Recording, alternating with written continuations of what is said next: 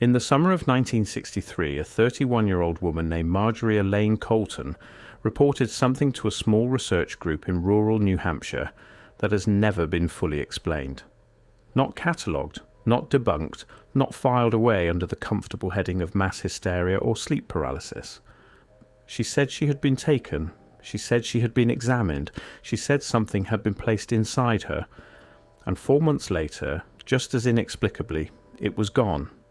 No miscarriage, no hemorrhage, no medical record of termination. Just gone. That is where this story begins. It was July 14th, 1963. A Saturday.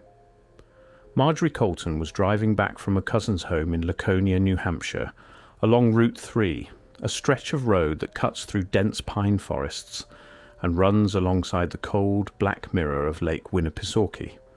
She had left around 10 in the evening. The drive should have taken her 40 minutes. When she arrived home, the clock on her kitchen wall read 2:47 a.m. More than 4 hours were simply missing. She remembered the light first, not sunlight, not headlights from an oncoming car, something else entirely.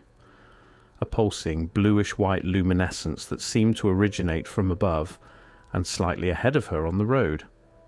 She described it later in a recorded session with Dr. Harold Fenwick, a hypnotherapist and early UFO researcher based in Concord, New Hampshire, as light that had weight to it. She said she could feel it pressing against the windshield. She said the car's engine did not sputter or stall the way you might expect in the stories. It simply stopped, as though the concept of combustion had been temporarily suspended, and then she was somewhere else. She did not describe a craft interior that looked like science fiction. She was careful about that, deliberate. In the Fenwick tapes, 4 sessions recorded between September and December of 1963, now held in a private archive in Portsmouth. She repeatedly corrected herself when her language started to sound too much like the movies. "I don't want to say it looked like a ship," she told Fenwick in the second session. "I want to say it looked like a room that had forgotten it was supposed to have corners," what she remembered in meticulous and consistent detail across all 4 sessions, a surface smooth and warm that she was lying on. Beings, she called them the tall ones, that stood at the periphery of her vision. Not grey, not green. She described their skin as the colour of old paper, like something that had been translated too many times. 3 of them, she thought, possibly 4. One that stood closer than the others, who she believed was communicating with her, though not through sound, through something that felt, she said, like memory, like being reminded of something she had known and forgotten. The examination, as she described it, was not violent. It was not painful in any conventional sense, but she used the word precise over and over. Everything they did was precise, like they weren't discovering, like they were confirming. And here's where the account shifts into territory that no one, not Fenwick, not the small circle of researchers who later reviewed the tapes, not I, going through transcripts in a drafty archive room in 2019, has been able to set aside comfortably. Margery Colton said that during the encounter, something was introduced into her body. She did not have clinical language for it. She said it felt like being filled with intention, a warmth low in her abdomen, deliberate, purposeful. And then, and she is consistent on this across every session, one of the beings placed its hand, if you could call it a hand, flat against her stomach, and held it there for a long time. She was returned to her car. The engine was running, the road was empty. She drove home. Now here is where a skeptic settles back and exhales. Here is where the conventional argument begins. A woman alone on a dark road, late at night, probably drifted off at the wheel. She experienced a microsleep episode, or a hypnagogic hallucination, or a dissociative fugue, and her mind, creative, desperate to make narrative sense of lost time, constructed a story. A dramatic story. A story full of beings and light and intention. I entertained that explanation. I sat with it seriously. And then I looked at the timeline. 6 weeks after her reported encounter on Route 3, Margery Colton visited her physician, a Dr. Albert Mounts of the Laconia Medical Group, for what she described in her appointment notes as abdominal discomfort and unusual bloating. Dr. Mounts performed a standard examination.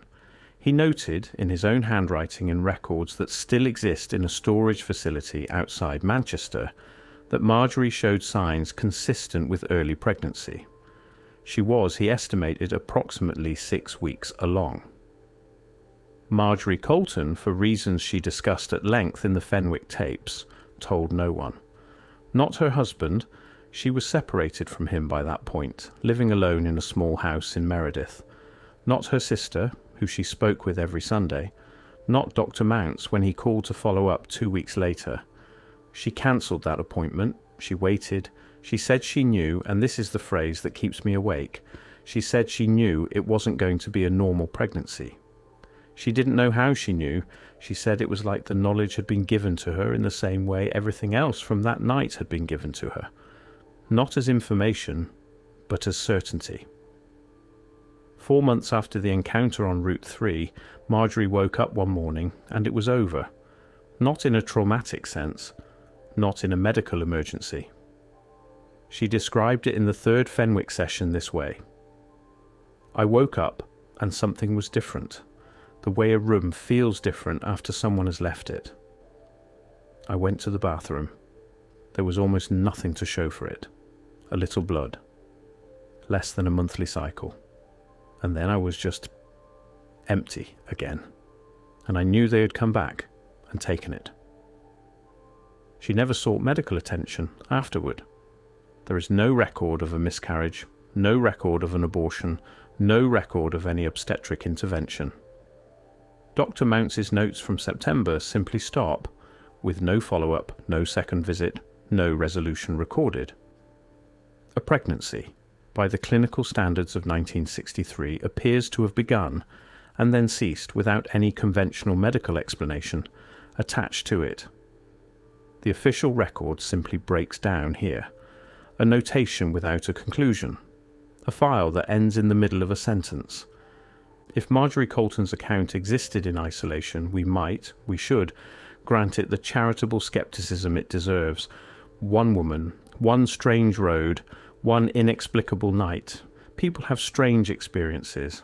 People misremember. People dream in ways that feel more real than waking life. But the account does not exist in isolation. The deeper I went into the literature on reported abduction cases from the 1950s through the early 1970s, the more frequently I encountered something that no one seemed to want to look at directly.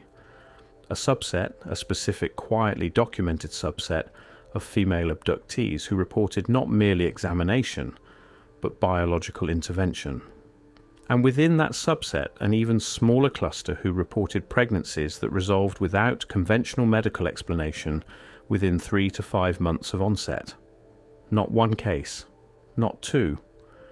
The research group associated with Dr. Fenwick, which by 1965 had expanded to include a network of correspondents across 6 states, had documented through questionnaires and taped sessions at least 11 women who reported experiences structurally similar to Margery's between 1957 and 1969. 11 cases across Vermont, Massachusetts, upstate New York, New Hampshire, Maine, and 1 case as far south as western Maryland. The pattern repeats with unsettling consistency. The cases share a specific and peculiar fingerprint. The abduction occurs during solo nighttime driving. The beings are described as tall, pale, precise. The examinations are characterized not as violent but as methodical. And in every case where a subsequent pregnancy was reported, the woman describes the same thing. A deliberate held contact, a hand placed flat and still over the lower abdomen. Every case, the same gesture. What do we do with that? I am not asking rhetorically. I want to sit with that question seriously. What is the probability that 11 women across 6 states, many of whom had no knowledge of each other's existence, would independently describe the same specific physical gesture performed by beings they encountered in separately reported, non-coordinated incidents spanning more than a decade? What is the probability that this detail, not dramatic, not cinematic, not the kind of detail science fiction trains us to expect, would emerge uniformly, spontaneously across all 11 accounts? Coincidence becomes a less comfortable word the longer you look at it. I listened to the Fenwick tapes in a room without windows. The archive's owner, a retired postal worker in Portsmouth named Gerald Oates, who had inherited them from a deceased cousin who'd been tangentially connected to Fenwick's research circle, sat outside the door and said nothing the entire time. 5 hours of recordings, 4 sessions with Margery, 1 session with a woman identified only as Subject C, a woman from Montpellier, Vermont, whose account mirrors Margery's with an intimacy that feels almost impossible to be accidental. Subject C describes the light in the same terms. Weight, she says. The light had weight. She describes the beings as precise. She says that during her encounter in October of 1965, something was placed inside her. She says she felt it as intention. She says that one of the tall ones held a hand against her abdomen. She says she knew from the moment she woke up in her car that the situation inside her was not a normal pregnancy. Her experience lasted, she said, approximately 4 months. There is no transcript in the archive of any follow-up session with Subject C. There is no documentation of who she was, where she lived specifically, whether she ever sought medical attention. She gave her account in a single 2-hour session and then apparently withdrew from the research group's contact. The silence around her subsequent history is deafening.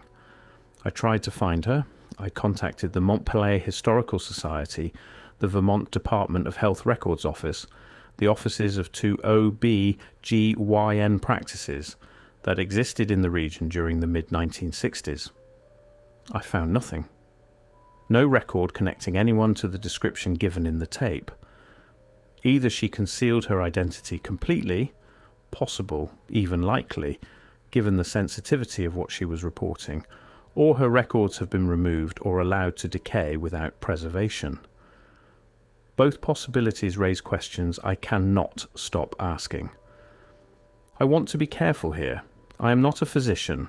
I am not a biologist. I am not presenting a scientific argument for what may or may not have occurred inside Margery Colton's body in the summer and autumn of 1963. What I am doing is presenting the documented record of her experience as she reported it, the documented medical notation of her physician as he recorded it, and asking a question that the intersection of those two things forces me to ask. If a pregnancy exists, confirmed by a physician's physical examination, recorded in handwritten clinical notes, and that pregnancy subsequently ceases without any medical intervention, without any documented physical trauma or pathology, without any record of natural miscarriage sufficient to account for a 4 to 6 week gestation, then where did it go? That is not a rhetorical provocation. That is a clinical question. A pregnancy does not simply disappear. A fetus does not dematerialize. The body registers loss hormonally, physically, emotionally. There are traces. There are always traces. Unless the removal was as precise as the introduction. Unless whatever was placed inside Margery Colton with such deliberateness was retrieved with equal deliberateness by entities whose understanding of human biology was, and I am choosing this word with full awareness of what I am implying, comprehensive, complete, not exploratory, not experimental in the stumbling, iterative way that human science is experimental. Complete. This raises a simple but critical question. If these beings were conducting something that resembled a program, biological, reproductive, long-term, what were they looking for? What were they learning? Or, and this is the question I cannot escape, what were they building? Dr. Harold Fenwick died in April of 1971.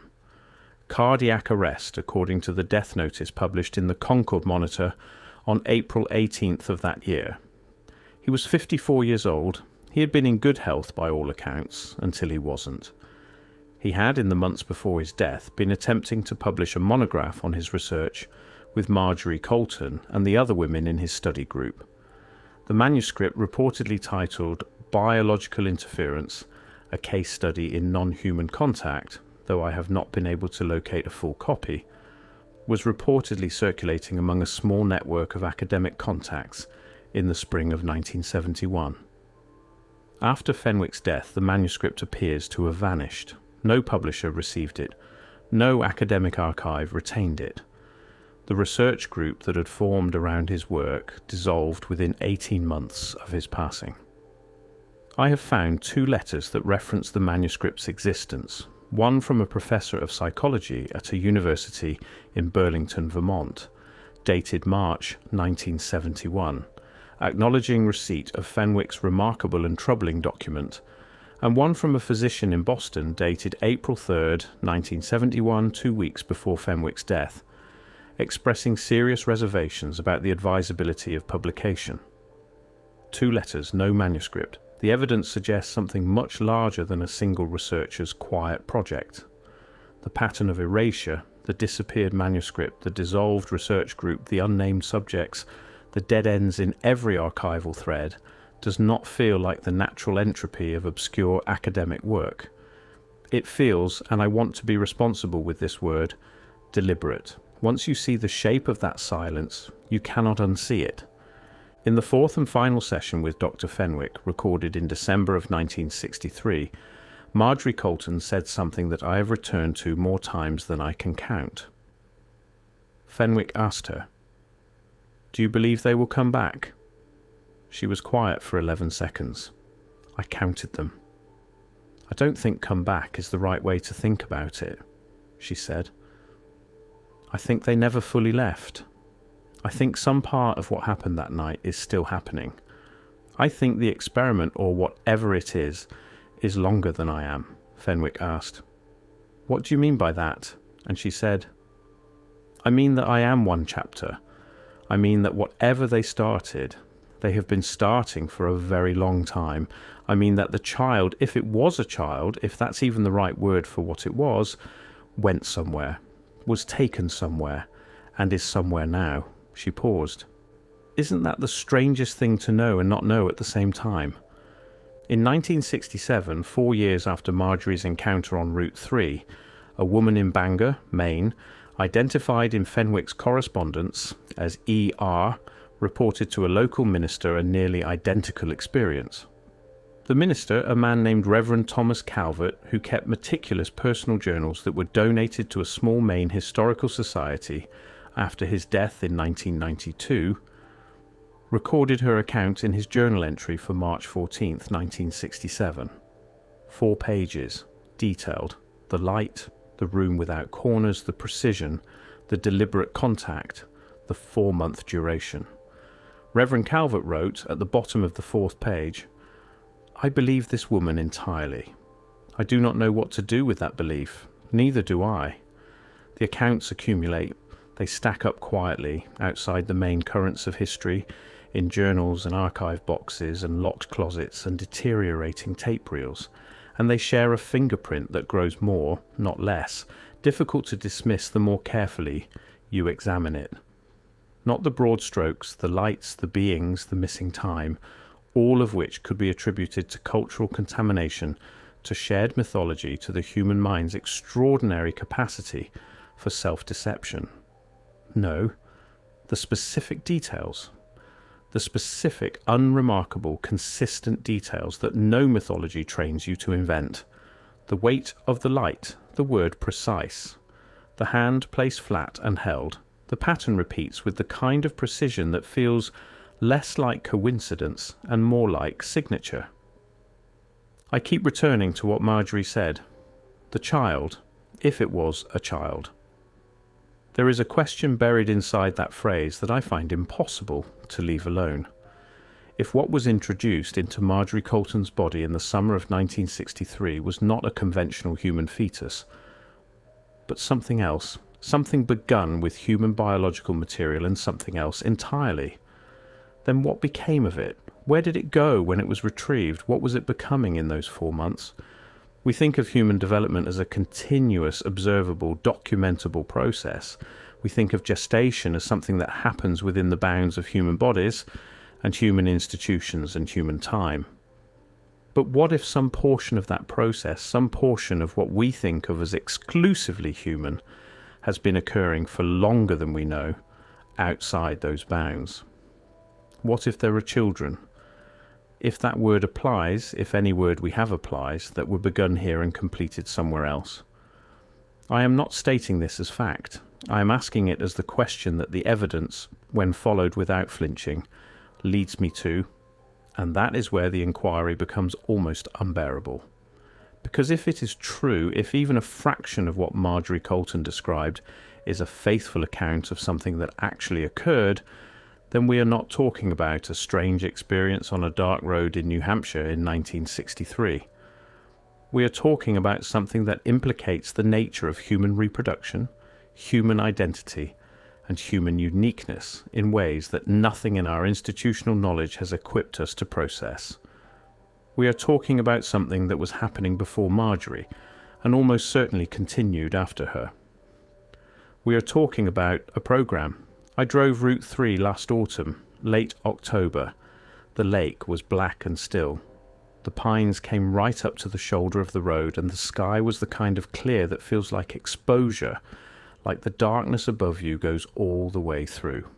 I pulled over at a small turnout somewhere between Laconia and Meredith, and sat with the engine running and thought about Margery Colton, 31 years old, driving this same road 60 years ago, and what it must have felt like to arrive home 4 hours late and not know where the time had gone.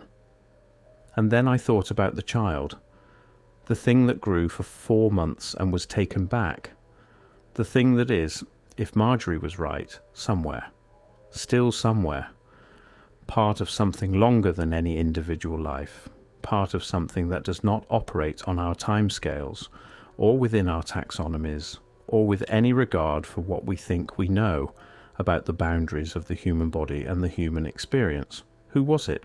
What was it becoming? Does it carry anything of Margery with it, her voice, her caution, the way she corrected herself when her language got too cinematic? Is there something somewhere that is half of this world and half of something we do not have language for? And perhaps most pressingly, most disturbingly, is Margery's case truly an anomaly, or is she simply one of the ones who remembered? How many women drove home on empty roads and never spoke of the light? How many physicians wrote notes that trailed off into silence? How many manuscripts were written and then carefully, quietly unmade? How much of what we call human history is the story we were allowed to keep, and how much of it is already somewhere else, filed away in a room without corners, in a language made of certainty rather than words, by beings whose definition of a generation makes ours look like a breath? Margery Colton died in 1991, in a small house in Meredith, New Hampshire, not far from the lake.